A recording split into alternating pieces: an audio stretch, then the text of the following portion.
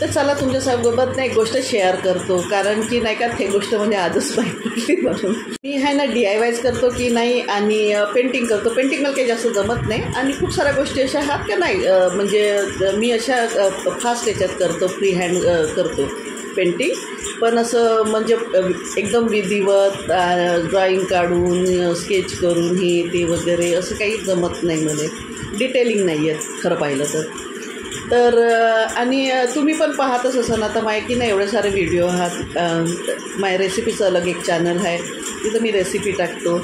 आता एवढ्यात नाही टाकली, 2 महिने झाले तर, पण आहे. आणि मला तिथला ना यूट्यूबचा पेमेंट पण झाला होता मागच्या महिन्यात. आता व्ह्यूज जमा नाही झाले ना, तर आता काही मला नाही वाटत की ह्या महिन्यात पेमेंट होईल म्हणून. आणि की नाही खूप साऱ्या गोष्टी आहे ना, तर अशाच गोष्टी आहे ना, काही ना माझ्या पोरीत पण आहात. म्हणजे ते स्केच काढते, पेंटिंग करते, कोणते DIYs बनवते असं. आणि स्वयंपाकही करून पाहते कधी कधी कोणता म्हणजे यूट्यूबवर पाहून, दुसऱ्यांची व्हिडिओ पाहून. मग आता ट्रेडिशनल राहते, मी जास्त हे नाही करत. मी ट्रेडिशनल बनवतो, तर त्याच्यामुळं माझे व्हिडिओ पाहायचा आणि बनवायचा काही प्रश्नच नाही आहे.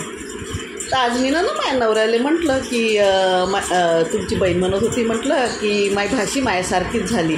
मी पण पहिले ना स्केच काढायची, लहान होतो ना तर पेंटिंग करायची. पण मी म्हणलं मी तर नांदायला आलो म्हणलं ह्या घरात 23 वर्ष झाले, तर मला एकही वेळा नाही पेंटिंग करताना दिसली ना स्केच करताना दिसली नाही. कोणत्या गणाकोतानं सांगितला का बा पेंटिंग तुमची बहीण पेंटिंग चांगली करते किंवा स्केच चांगला काढते म्हणून. पण मी ना तर पाहिलं म्हणलं माझी पोरगी तर स्केचही काढते चांगला आणि पेंटिंगही चांगली करते आणि कोणतंही म्हणजे क्राफ्ट वगैरे करते बा म्हटलं. तर आणि मी करतो म्हटलं. तर माझ्या नवऱ्यानं आहे ना काय म्हणलं की म्हणे आमच्या घरात हुशार आहे म्हणे, सगळ्यामध्ये ते हुशार आहे म्हणे आमच्या घरात म्हणे, करत असं म्हणे. पण आता परिस्थितीच्यानं नाही करत म्हणे, डोकं नाही चालत ना म्हणे, परिस्थिती थोडीशी म्हणजे कधी डिस्टर्ब राहते माणूस तर दिमाग नाही चालत म्हणे, असा माझ्या नवरा म्हणत होता. मी म्हणलं हो का. आणि एवढ्या दिवसात माझ्या नवऱ्यानं नाही का कधीच स्वतःहून कोणत्याच नाही का एवढं क्राफ्ट केलं तर स्वतःहून कधीच नाही म्हटलं की हे चांगलं दिसून राहिलं किंवा हे चांगलं राहिलं म्हणून. माझ्या पोरं देतात मला रिमार्क म्हणा, तुम्ही माझ्या पोराच्या भरोशावर मी कोणते DIYs करतो. आपण नवऱ्याला विचारतो कधी कधी, पण त्याला माझ्या प्रत्येक DIY आवडते. आणि तो स्तुती माझ्यासाठी याच्यासाठी नाही करत, कारण की त्याला माहीत आहे की बा हे करतेच चांगलं. तर स्तुती करून कदाचित किती करायची, आपण थकून जाऊ, पण हे तर हिचं तर जे राहते आउटपुट ते तर चांगलंच देते. तर माझ्या नवऱ्यानं नाही का सुरुवातीला करे लग्न झालं तर स्तुती की मला बायको सर्व गुण संपन्न भेटली बा म्हणून, पण आता नाही करत म्हणून. तर त्यानं की नाही असं म्हटलं ना की माझ्या बहीण हुशार होती, मला काही असं नाही म्हणलं त्या नाही बा तुझे गुण आले पोरीमध्ये, माझ्या बहिणीचे नाही आले, करत होती ते करत असं केलं नाही असं कधी, पण माझ्या पोरीत तुझे गुण आहात असं नाही म्हणलं माझ्या नवऱ्यानं. तर मग की नाही अशा गोष्टीनं कधी कधी आपण डिमोटिवेट होतो ना, असं राहते. पण मी नाही होत. आता मला माहीतच आहे की बा माईवाली स्तुती करून करून किती, मला तर लहानपणापासून सवयच आहे अशा गोष्टीची, कोणी माई स्तुती करतात आणि कोणी जळणारे पण राहतात. तर मी काही नाही ह्या गोष्टीला माइंड नाही करत. मी फक्त आपले कर्म करतो आणि आपले कर्म चांगलं त्याच्यात 100% द्यायची कोशिश करतो. तर तुम्हाला हे मायवालं मोटिवेशनल स्पीच कसं वाटलं तर लाईक करा, शेअर करा, कमेंट करा, सबस्क्राईबही करा. आणि खरंच माझ्या नवऱ्याचं बरोबर होतं का की मला त्यानं ॲप्रिशिएट नाही केलं ना बहिणीले केलं तर त्याच्यावरही कमेंट करा तुम्ही.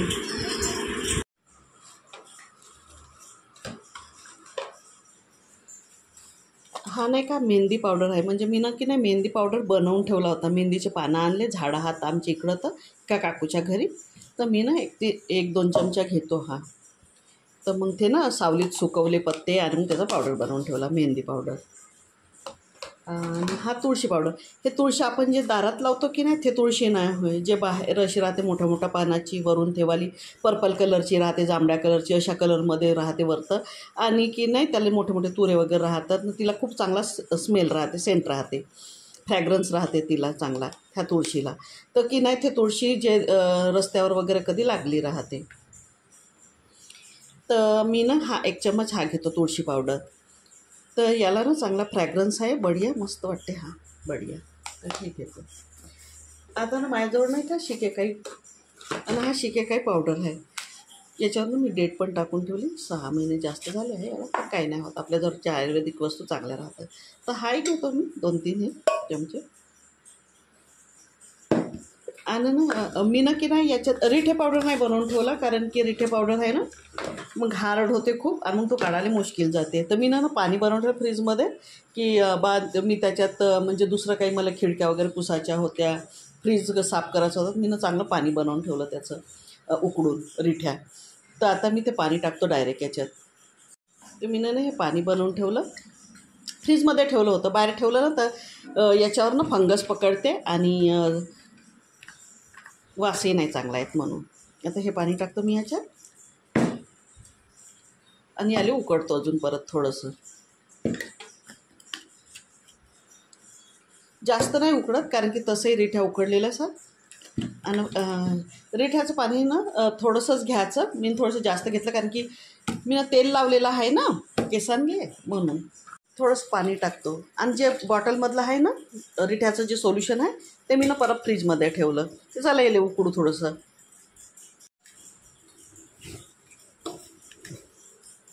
आता माझ्या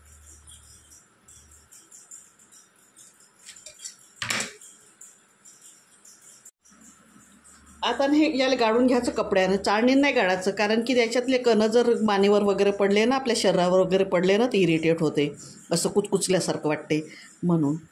तर हे नाही कपड्यानं गाळायचं महीन एकदम. त्याचे कणं नाही राहिले पाहिजे, आपल्याला पूर्ण पाणी भेटलं पाहिजे म्हणून.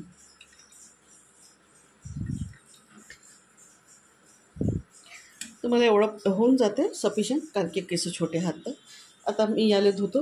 पण त्याच्या आधी नाही का मी की नाही आज म्हणजे फळाचं स्नान करतो, कारण की फळं घेतोस आंघोळीसाठी. मी तर म्हणजे जास्त केमिकलचं काही साबण हे नाही वापरू शकत म्हणून. तर आता मी ना जे फळं आहात ना ते फळं घेतो आंघोळीसाठी. त्याचा पॅक लावतो मग आंघोळ करेन. आंबा घेतला आहे आणि हे ॲलोवेरा घेतला आहे. तर आंबा मी खाऊन टाकतो पहिले, म्हणजे सालटे सुलटे राहिले त्याची.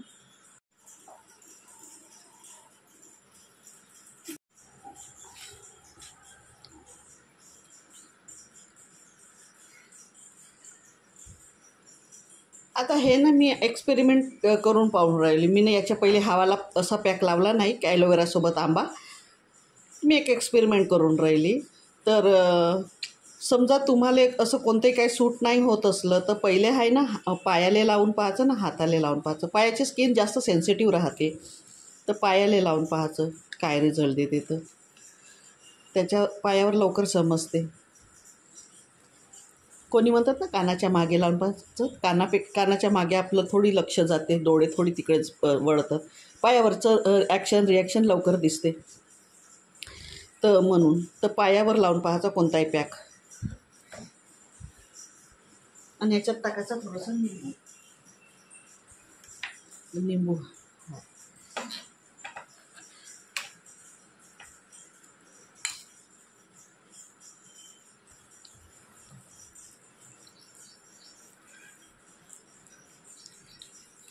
आणि आपण असे कोणतेही पॅक लावतो की नाही, मास्क लावतो, पॅक लावतो कोणते पण, तर हे नाही का थंड पाण्याने धुवायचे, गरम पाण्याने नाही धुवायचे.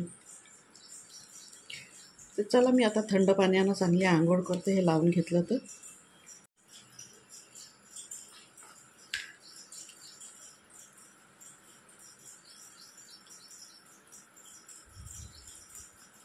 अर्धा पॅक नाही का मी याच्यासाठी ठेवलं, कारण की मी केस धुईनं परत हे लावून नाही का मग परत आंघोळ करेन असं आहे म्हणून. आणि याच्यातनं होऊ शकलं तर थोडासा निंबू पिळाचा.